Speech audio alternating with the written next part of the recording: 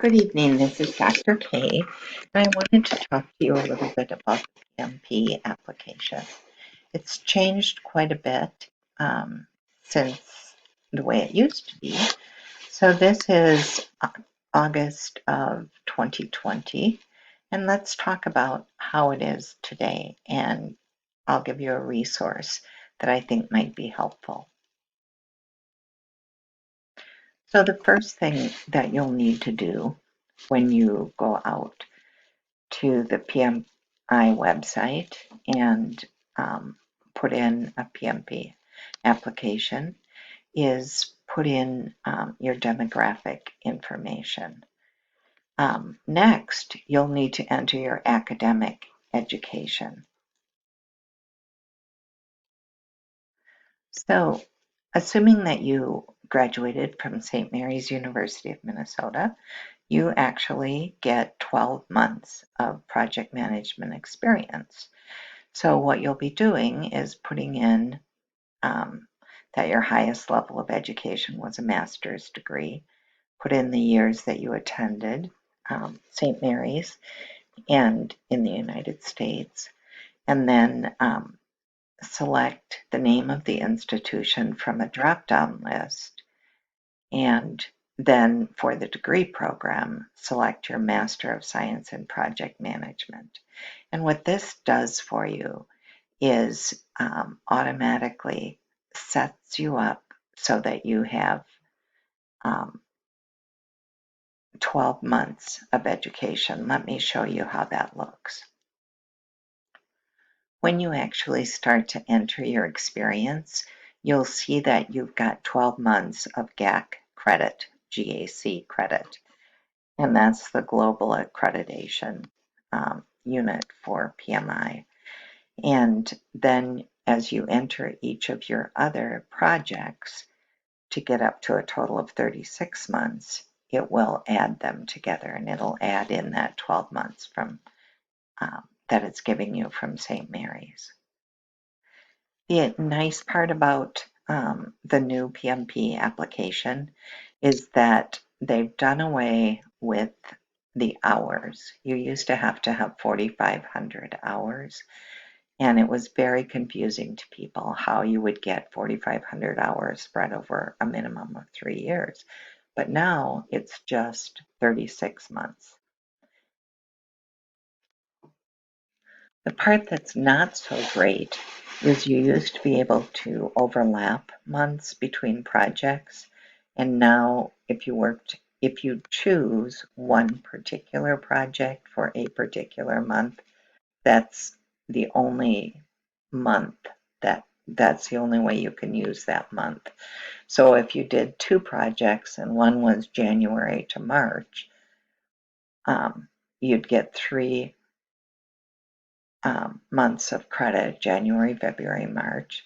But then if you had another project you wanted to use, but it started in March and ended in June, you would not get credit for March because you already used March.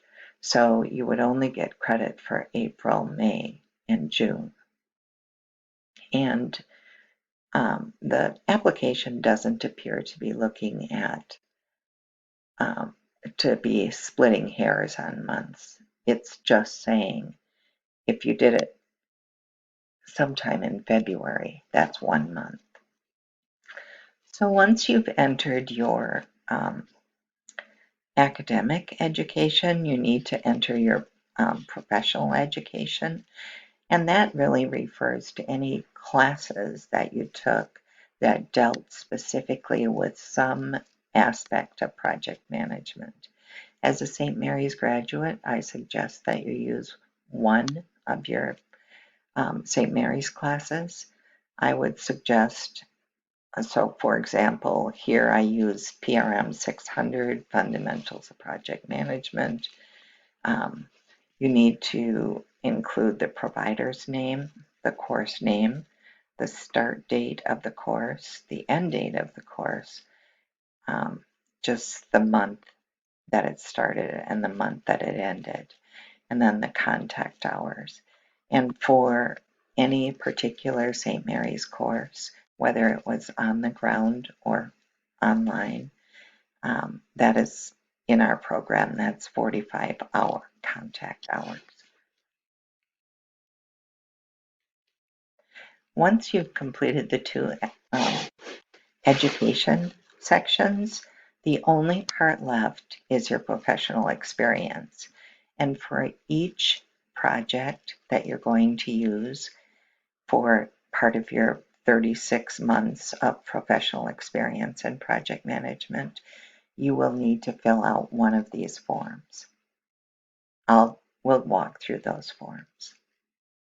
So there's a tab in the worksheet called Summary of Projects, and you would put each project in one column. So column D would be your first project. And for that, you need the project title, the organization that you did the project for, your job title when you did the project or led the project, the functional reporting area that you were part of, and that's a drop down. And then the organization's primary focus, and that's a drop down. And there are only about 15 choices for each one, so pick whatever looks best to you or select other. Next, for that particular project, you need to say whether it was waterfall, agile, or hybrid. That's another drop down. And then next, it looks at project team size. And project team size is a drop down once again, either 1 to 4 people, 5 to 9 people, etc., until you get up to more than 20 people. That's the biggest element. And when you look at your project team, if you had people from, for example, the procurement office who are peripherally involved, or people from legal, those are project team members because they had a piece that they had to do that you had to manage and integrate in with all of your other team members. So don't just look at full-time people who were assigned to you specifically. These are people who were part of getting the project done. Next, you've got the project budget, and the first category is less than 1 million, and then it goes up to 1 to 5 million, and finally up to 25 million. So select one category for project budget. Next, pick a month and a year that the project started, and a month and a year that the project ended. And then you'll have to calculate this yourself. But if you started it in January and you ended it in March, that's 3. So if you put a 3 in that box, it's going to add together all of your projects and summarize them here so that after you've done project 1, project 2, you'll know when you have enough months. Now, the thing that's most difficult here is the project description. And we're going to talk about that in detail. Also, in case you get audited, you will need to have someone vouch for you that you did lead this project. And that can be someone who was your direct supervisor or the project sponsor, or if really those people aren't available, it can be someone who has full knowledge of the fact that you worked on this project and what you did on that project, who was with that organization and who is willing to vouch, to sign a card that says, yes, I'm saying that they did do this project.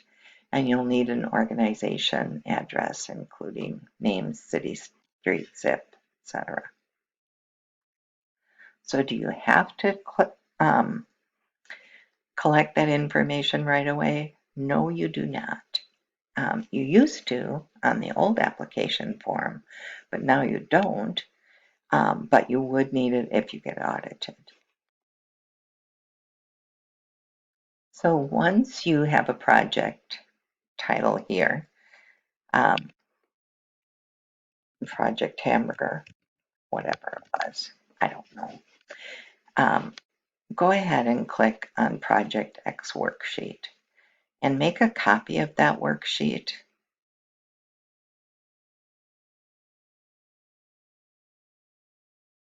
And then before you start working in it, so that you've always got an extra one. And this would be Project 1 Hamburger. You might call that tab. So let's talk about how you actually use this project tab. Start out by describing the project objective and do it very, very briefly. And then describe who the project team was, just in terms of the roles. So you had people from legal and people from IT, etc. And then list 4 or 5 key deliverables that this project delivered to the organization and that you knew you were done because these 5 big chunks were done. That helps you start to write that narrative. But then the next part of it is making sure that what you did was actually a project manager task. So there's a whole bunch of project manager tasks, about 50 of them, I think. And then after that, there are a number of project manager skills. So where did these come from? Let's look at that. So there's a document available from PMI. You can click on a link while you're in the application area and download it. And it's the exam content outline. And what it does is say exactly what you are required to know or not know for the PMP exam. And it puts them into 5 different domains, and those happen to be the 5 process groups that we're so familiar with from all our classes. So the percentage of items on the test come 13% from initiating, 24% from planning, 31% from executing. That's the highest one. And then 25% monitoring and controlling, and then closing. So that's out of the 200 questions on the exam, that's the percent of that will come from each of these domains.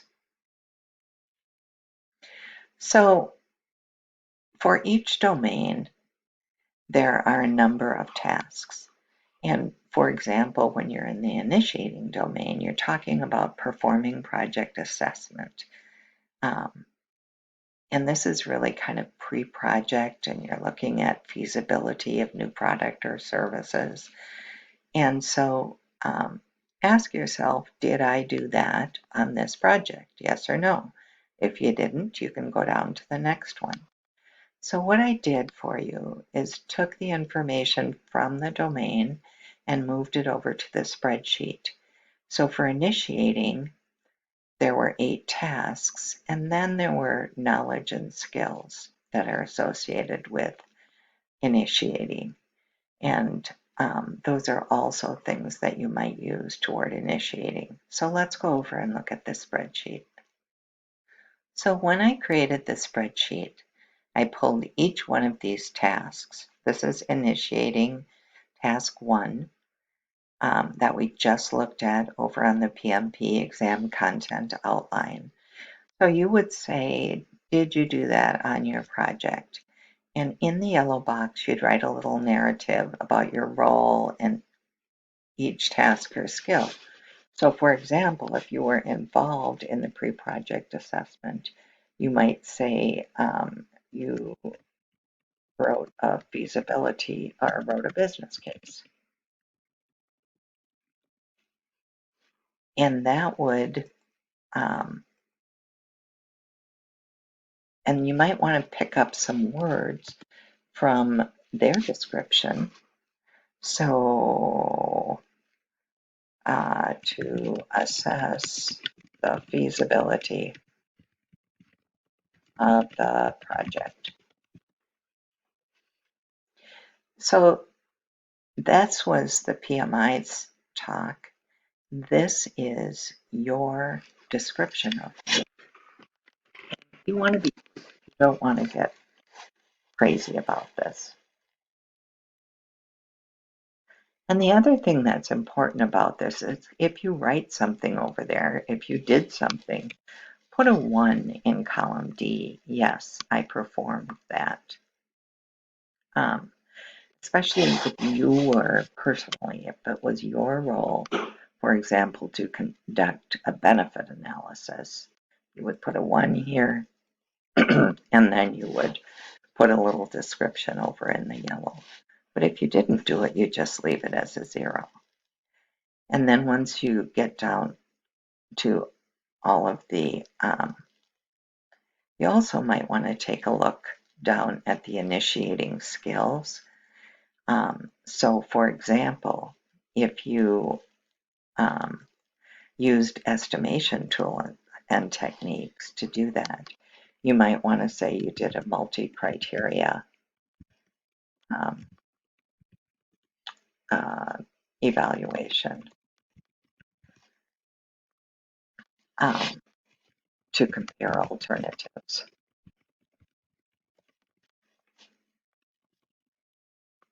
Oops. And then remember to put a 1. And that's important because then when you go back up to the top, you can use this little filter and you can select only the ones with the 1 in it. And then what will happen is it will hide everything that doesn't have a 1. And then just the ones that you put a 1 in are going to show up. And that gives you everything that you have a 1 in so far. So it hides the stuff that really you didn't do on this project.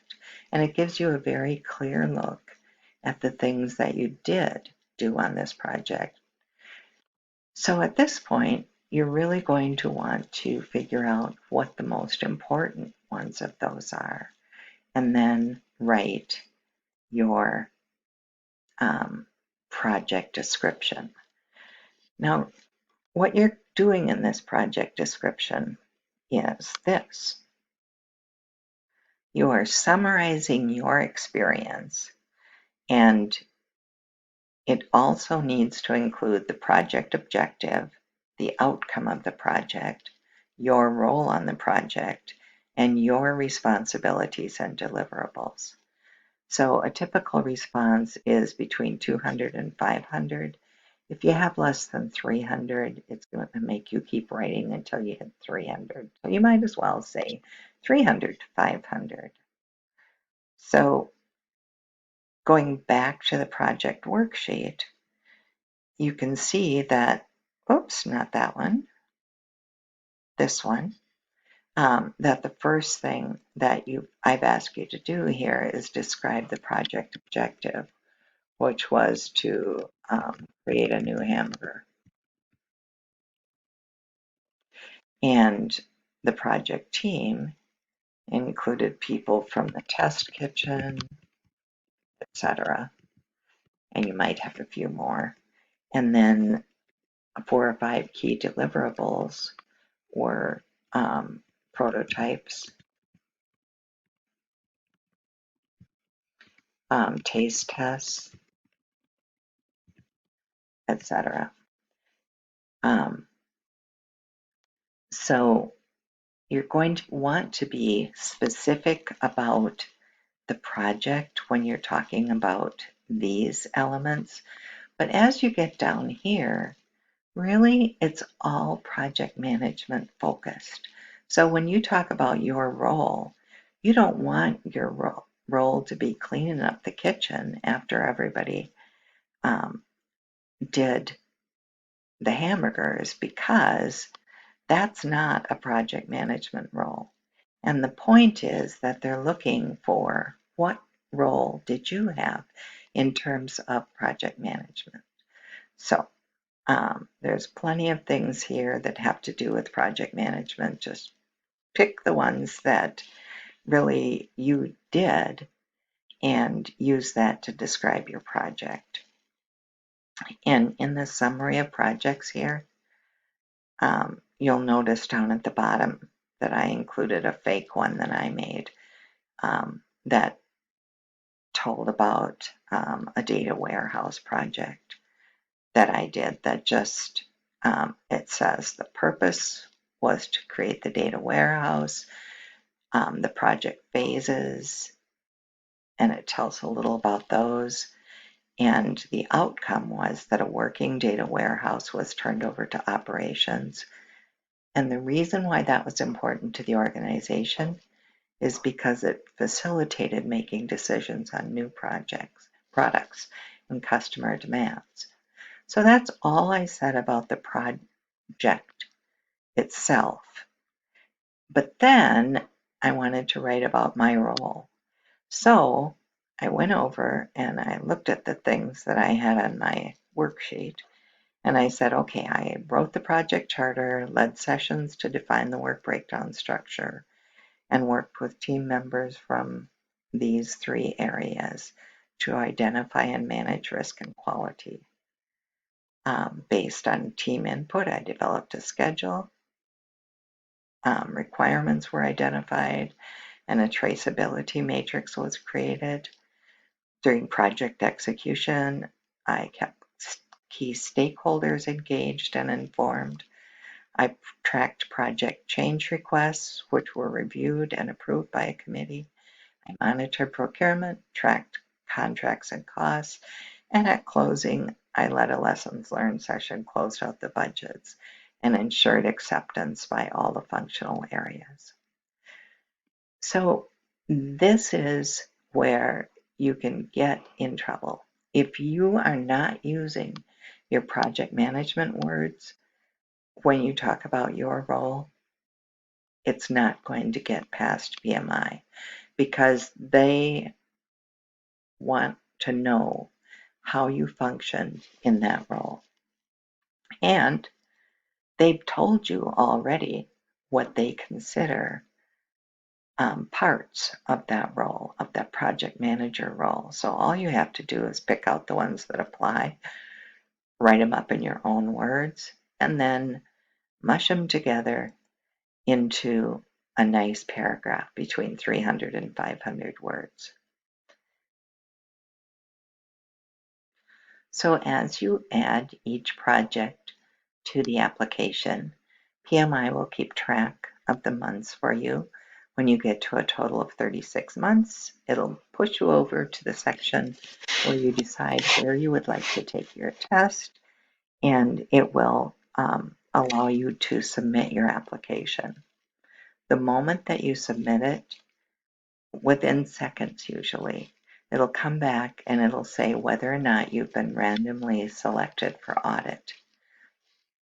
If you have been, you just have to go out and do the audit stuff before you get to pay your money and before you get to actually go ahead and finish the process.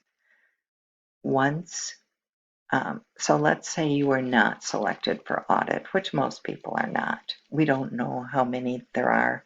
Let's say it's 10%. I have no idea. So if you're not selected for audit, then there's a 5-day window where they can go through and they read through your experience summary and they check to make sure that that's what they thought it should be. And assuming that that passes, then they'll give you the green light, you get to pay your money, you get to sign up for a test, and you need to take your test within 12 months.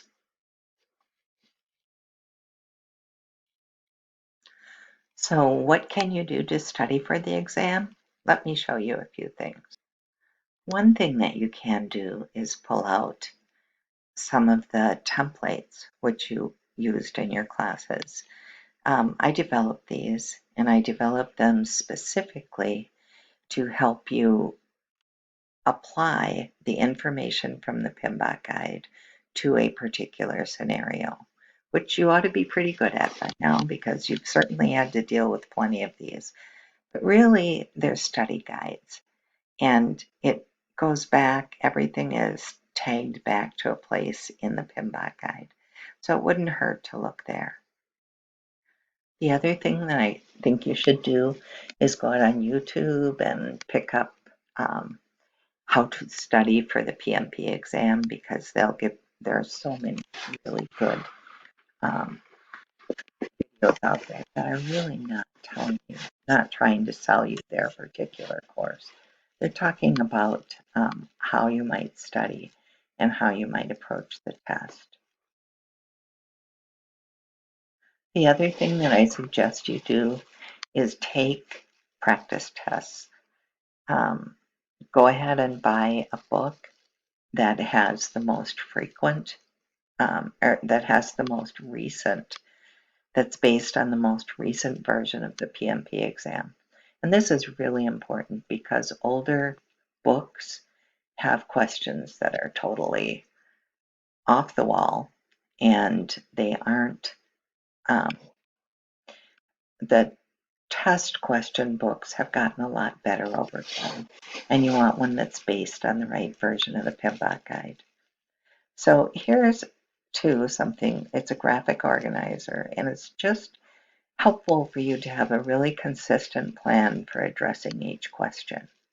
So if you use this strategy as you take practice quizzes, you're going to develop a really comfortable approach. And by the time you take your credential exam, it's just going to be second nature.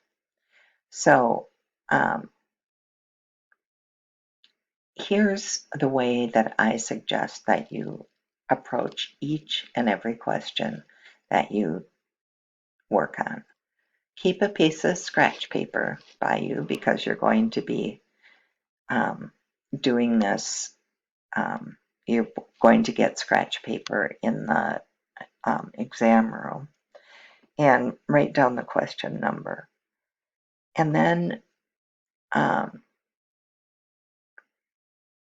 identify the STEM question. That's the first part. So you say, what are they asking? And then predict the answer. So before you look at the choices, just say, what do you think the answer is? Then think about, where is this concept in the framework? Is it part of executing? Is it part of not really even, is it just a leadership question? If it's in initiating, that means that answering it with an answer that has to do with monitoring and controlling isn't going to be helpful. So try to think about where it is in the framework, which knowledge area is it in, which process group are they really looking at. That helps you avoid distractors. Then analyze the choices. Are there any that you can rule out? If you can rule it out, just cross out A, B, write an A and cross it out, write an A and cross out B. So now you're down to 2 answers that are potentially good, and you select the best answer from the remaining options. So here's a little graphic organizer. Identify the STEM question, predict the answer, locate the concept in the framework, analyze the choices, that should be A, B, C, D, and then select the best answer. So if you had some of these just blank ones that you wanted to keep around, they would help you to just get in the habit of analyzing every question the same.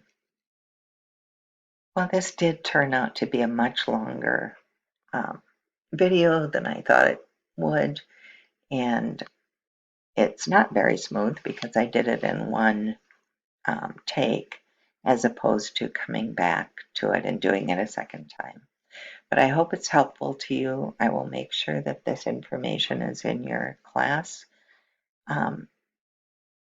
that you have some of these documents, at least the Excel worksheet and the question graphic organizer. Those are the two things that you cannot get from the PMI website. So I'll make sure that those you have. Have a good test. I wish you the very best. I think that you're super well prepared after the capstone course. So best wishes for you. And contact me and let me know as soon as you pass this exam. I'm dying to hear. Take care.